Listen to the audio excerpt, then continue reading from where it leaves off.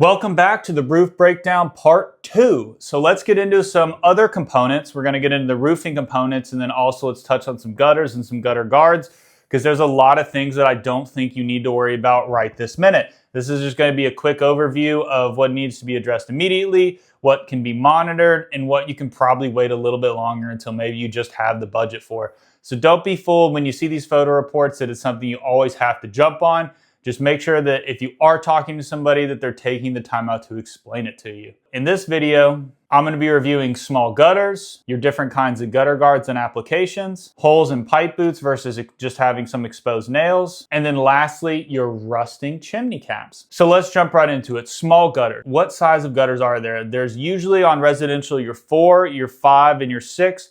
4 is pretty uncommon. It's very rare I see this. I occasionally see them on homes that were built in like the 90s and before that just originally were built a little bit cheaper. To be fair, the 6-inch gutters are a little bit more of a newer thing. They probably did exist back then, but they definitely weren't common practice anymore.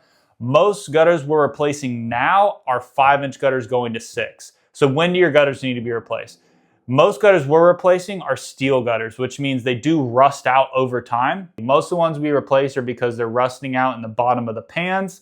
And it's just time to get them replaced. They've been painted 5 or 6 times and it just can't hold up anymore. Or let's just say it's a very steep roof and it demands more water flow. Believe it or not, even going from just a 5-inch to a 6-inch is going to give you 50% more water flow because of the overall width that new gutter is going to be compared to just a 5-inch gutter. So if it's truly rusting, and if it's falling apart, or let's say the gutter spikes is an old way to install it where you have these big wooden nails that go through your fascia are not holding anymore, you're gonna go back with brackets now, and those are definitely going to be a better hold. That's something to where if it is completely rusting out of the bottom of the pans, it's something you definitely wanna get replaced sooner rather than later. If you're having constant overflow issues or if they're hanging off, obviously that's immediate, get it fixed as fast as possible. Just switching from one size of gutter to another gutter is not always detrimental. Don't let people convince you that it has to be done. Downspouts is really only 2 sizes. There's a much smaller one, which is like your 2x3, which shockingly enough, I have a home built in the 90s. It did actually have these until we upgraded them to a 3x4. The water flow issue isn't quite as big from a smaller downspout to a bigger downspout, but what you're going to be able to avoid, especially if you don't have gutter guards, is it's definitely going to clog less. As you can imagine, a 3x4 is just going to be a bigger hole than a 2x3. And that opening is going to be bigger, allowing a little bit of bigger debris to kind of wash off the roof, especially after a storm, and actually be able to keep flowing. So that's something to pay attention to as well. If you are getting a new gutter system, that they're upgrading that as well. Now, let's jump into gutter guards. When are they a problem? I actually ran into this recently. I'm going to start with gutter helmets. These are probably one of the most popular forms of gutter guards. These are your claim to be 100% clog free, and that is going to be in most applications. Just be wary. There's a lot of different styles, and I actually ran into one really recently, which I have constantly heard problems with this style of gutter guard. Don't know who makes them, don't want to single them out. I just know gutter guards of this style definitely run into problems. It still catches pine straw, and something a lot of homeowners need to note is if these gutter guard helmets are 10, 15 plus years old, a lot of times they can build up algae. Once it builds up that algae, it's no longer a nice smooth surface, and that water can definitely overflow a little bit more than usual.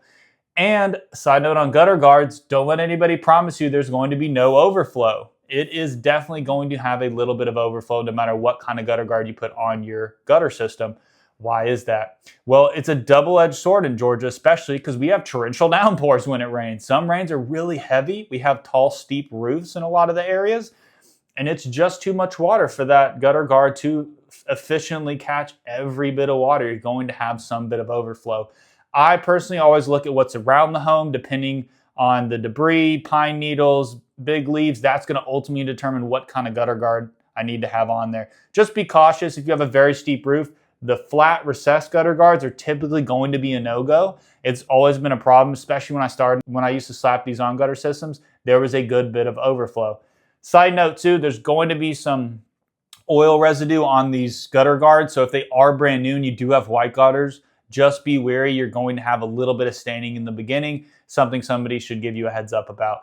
But if you do have overpour, just know that it's not necessarily something you have to deal with immediately, But if it's causing irrigation issues, meaning if you're having so much overpour or you have a smaller gutter and it's not catching all the water, that can definitely lead to erosion issues around your home. That's going to be more of an immediate problem that I would address sooner rather than later. All right, let's jump into pipe boots. So I'm going to single out these neoprene rings because they're just the most common ones I see. They're widely used. They're good. They're a good bit cheaper. They're really easy to install, kind of dummy proof. Only issue is most of them only last between 8 and 12 years. It's very rare I see them go longer. When do you need it replaced immediately? When you need it replaced immediately is if the actual base flashing itself, so the plastic part around it, is cracked, it's been impacted by something, or it's just torn. If that is the case, the whole piece has to be replaced. What I usually see is the neoprene ring that goes around it is usually cracked, the seal is broken on it, and that can definitely lead to water inside the home. It's going to be a little bit of a slower leak. A lot of times you don't notice it until a heavy rain, because what it has to do is catch that pipe, travel all the way down, soak through the insulation, and then get to that drywall before you actually see it. So a lot of times I see these cracked up on a roof, and a lot of times the homeowner still doesn't have a leak just yet. Just know there's a simple fix for this. You have repair collars, same application. You cut a hole in it, you slip it over it, you're in good shape. Probably going to extend it another 5 to 7 years if it's not time to replace the roof yet. That's a quick fix. As far as exposed nails go, exposed nails are going to be on a few locations on the roof, on the top of your hip and ridge shingles, but also on most components. Anything that's face nailed, like your pipe boots, it's sealed initially with sealant when the roof is done, but to be honest, that sealant is usually only going to give you about 5 to 7 years of coverage. Don't worry, it's not something that's going to leak right away. Just know that if that sealant is worn off, there's always a potential for leaks. Because as the temperature is changing, expansion and contraction, a lot of the times that wood is breathing underneath the decking, and it can start to pull out those nails a little bit. And if that is the case, with an exposed nail that's slightly removed, now it's not tightly sealed. As you can imagine, heavy winds from rains, it's just going to end up in a little bit of a leak. So something, whenever you do get a roof inspection, make sure they're documenting this and seeing if it needs to be addressed sooner rather than later. The good news is it's a super simple fix. And then just to finish up, it's going to be the chimney. So I see this all the time. Chimneys are made of metal, believe it or not. Yeah, 22 gauge to 24 gauge typically, which is very, very thick. Most of the ones we replace usually are about the third roof replacement, meaning these things are typically 30 plus years old, which is pretty normal. Really, really thick metal, as long as it's painted and kept up with, it's going to last a very, very long time. So if it's rusted, it's not necessarily something that needs to be dealt with right away. On that note though, making sure if you are getting it touched up, that it's usually not a roofing contractor that does it, making sure you're using a painting contractor that's actually going to use something called DTM, direct to metal paint. You want something that's higher quality up there because it is just beaming. It gets typically a lot of sun. The chimney is the highest point on the roof, and it is just usually going to get beat down by that sun. The paint's going to wear a little bit faster. So making sure if you are asking a roofing contractor to touch it up, what is he actually using? Because if he's just using spray paint, you're not doing a whole lot of justice for preserving the life of that metal.